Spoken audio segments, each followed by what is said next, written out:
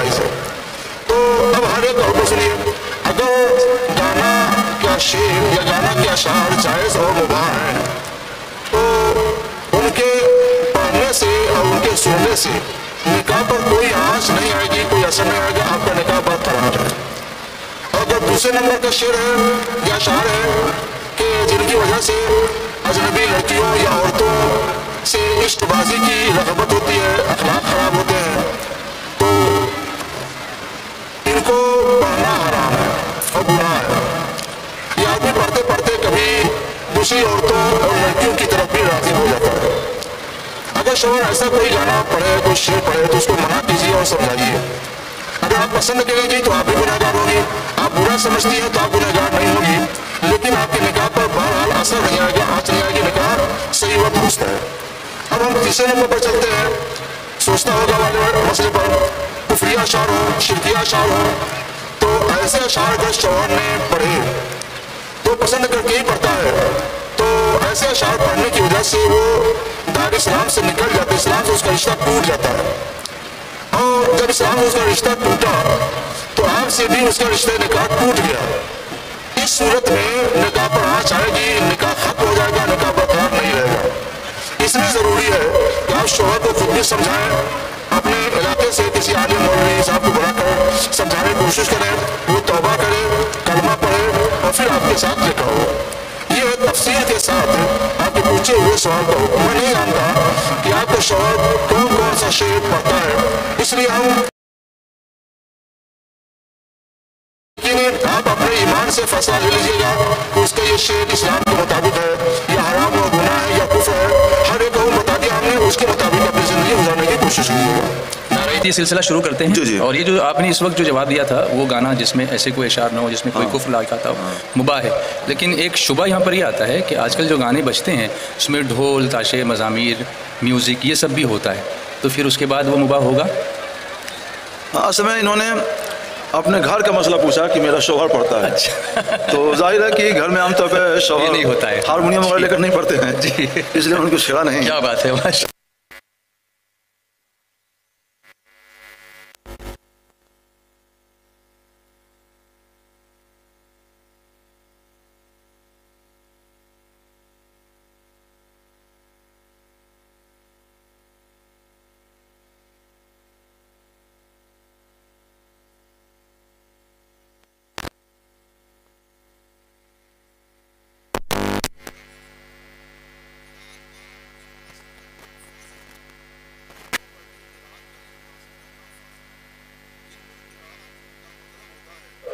قرآن پاک کو صحیح مخرج کے ساتھ اور ضروری صفات کے ساتھ تلاوت کرنا، پڑھنا، اور یہ کام صرف تنہا مکتب میں پڑھ کر نہیں ہو سکتا، اس کے لیے کسی قاری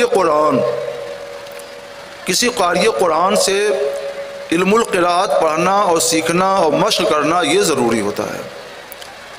جیسے میڈیکل سائنس کا مسئلہ ہے، کوئی علاج کرنا چاہتا ہے یا آپریشن کرنا چاہتا ہے تو اس کو سیکھنا پڑتا ہے، مشق کرے اور سیکھے تب کچھ کرے۔ ایسے ہی علم القراءت کی بات ہے کہ خود کوئی تنہا سیکھ نہیں سکتا، بہت مشکل ہوتا ہے، کوئی استاد چاہیے جو اسے سکھائے۔ مردوں کے لیے قاری مرد ہوں، عورتوں کے لیے قاریہ عورت ہوں۔ اب الحمدللہ قاریہ عورتیں بھی پائی جاتی ہیں، ان عورتوں کی خدمات حاصل کی جائیں جو صحیح طور پر قرآن پڑھنے کی تعلیم دیں اور قرآن کے حروف کو صحیح مخارج کے ساتھ ادا کرنے اور پڑھنے کا طریقہ اور ڈھنگ عورتوں کو سکھائیں۔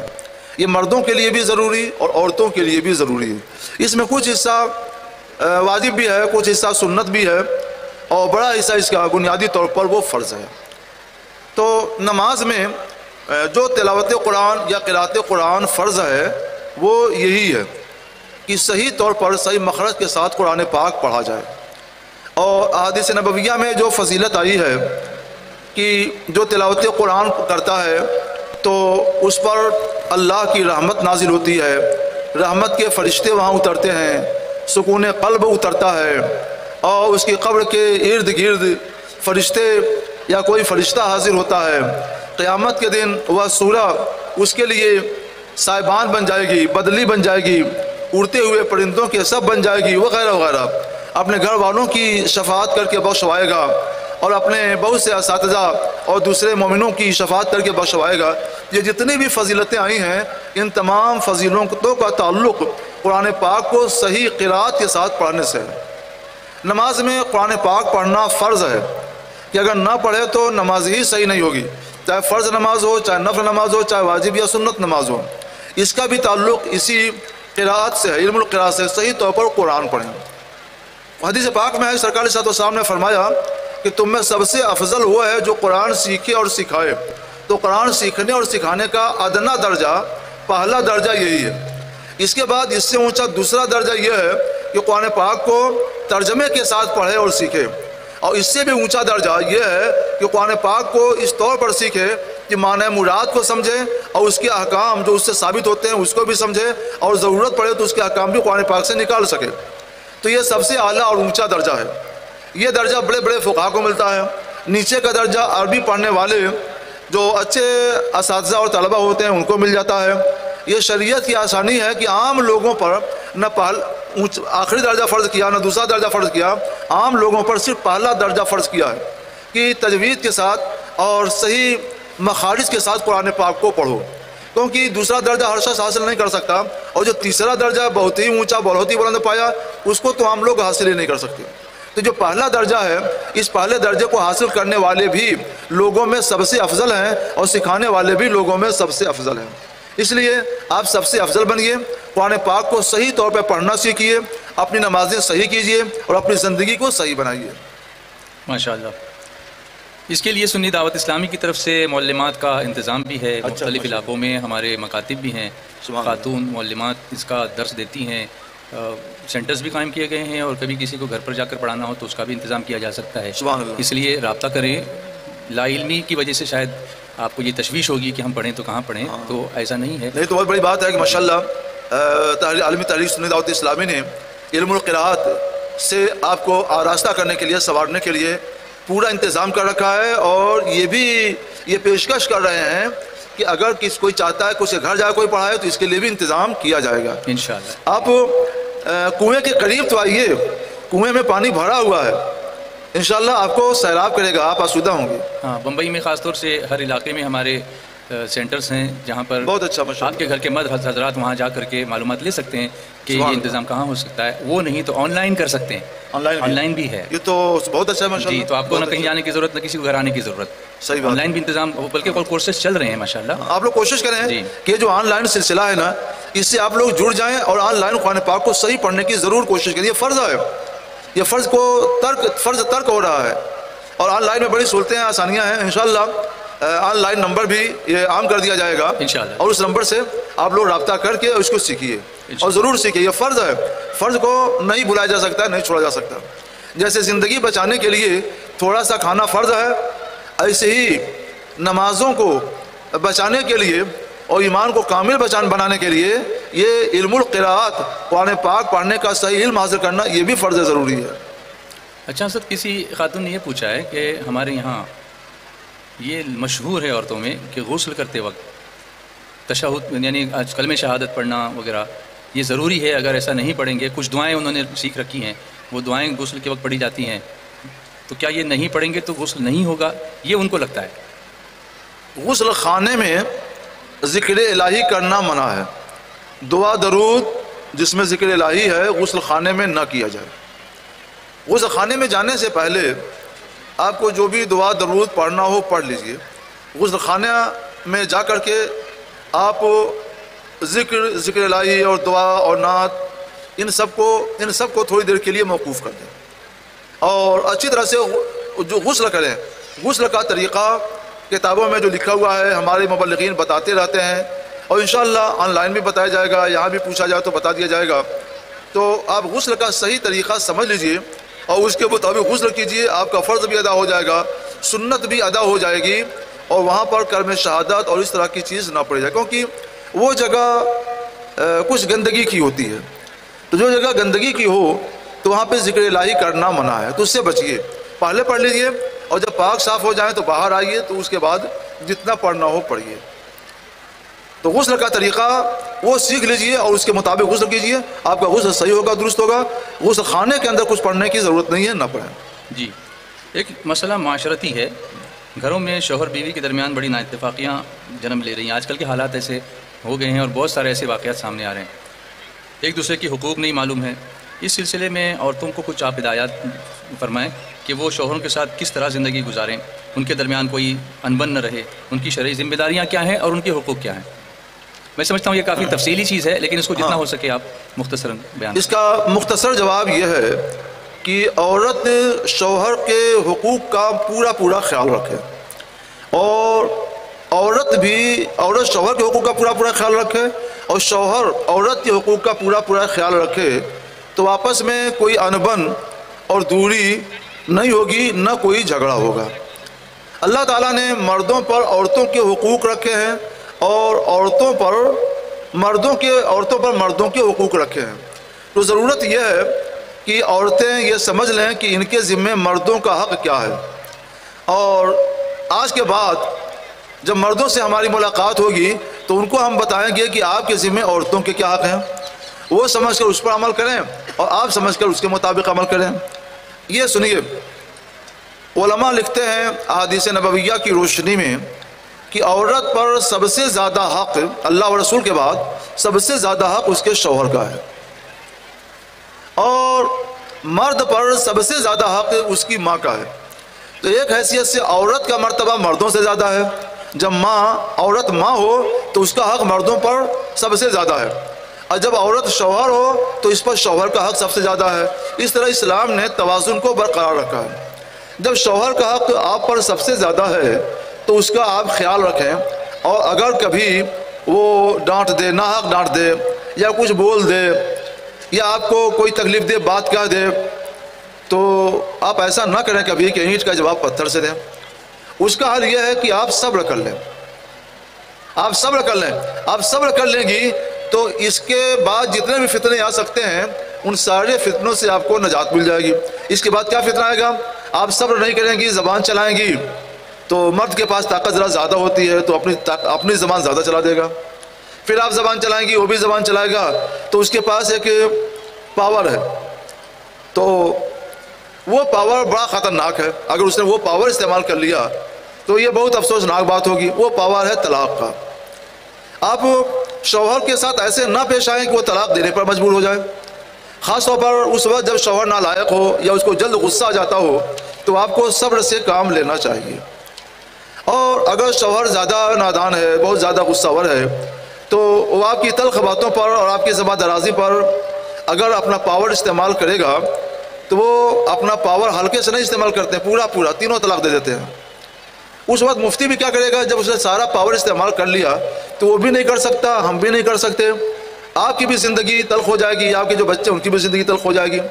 تو میری بہنوں، بچیوں، بیٹیوں، بہوؤں، اپنے بچوں پر رحم کرو، اپنے خاندان پہ رحم کرو، اپنے ماں باپ پر رحم کرو، صبر کرو۔